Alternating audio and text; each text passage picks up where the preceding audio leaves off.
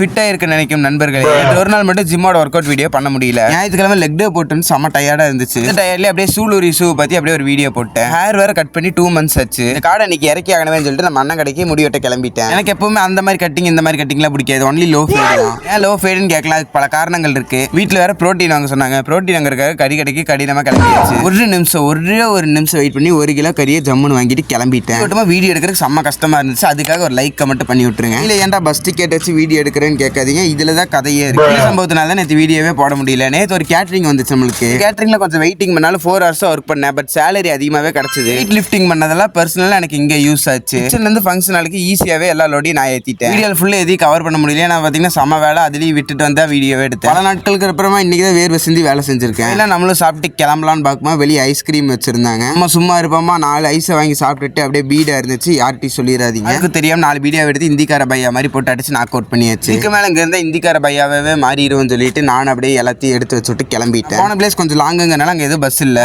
Cab book பண்ணி அவர் வேறு காந்திபுரத்தில் இறக்கி விடுவாரு. அங்கே இறங்கிட்டு மறுபடியும் உட்காரத்துக்கு கிளம்பி வந்துட்டேன். இன்னைக்கான ஃபிட்னஸ் வீடியோ கன்ஃபார்ம் அப்லோட் பண்ணிடுறேன். அது புது சவாலோட. பேர் கேட்குறீங்க வீடியோ போடுறதுனால உனக்கு என்ன கிடைக்குதுன்னு. வீடியோ போடுறதுனால ஒன்றும் இல்லை, நம்ம டிசிப்ளின் அண்ட் கன்சிஸ்டன்சி இருக்கும். அவ்வளோதான், மற்றபடி ஒன்றும் இல்லை. வீட்டுக்கு வந்து இப்படியே செஞ்சுட்டு நான் அப்படியே தூங்கிட்டு ஓகே பை மறக்காம ஒரு ஃபாலோ மட்டும் பண்ணிக்கோங்க. இப்படி சாப்பிட்டு என்னாச்சுன்னு கேட்காதீங்க. நான் செஃப் தான், எந்த கவலையும் வேண்டாம். ஒரு நாள் நீங்களும் வாங்க சேர்ந்து சாப்பிடலாம். ஃபாலோ பண்ண மாதிரி. Bye by.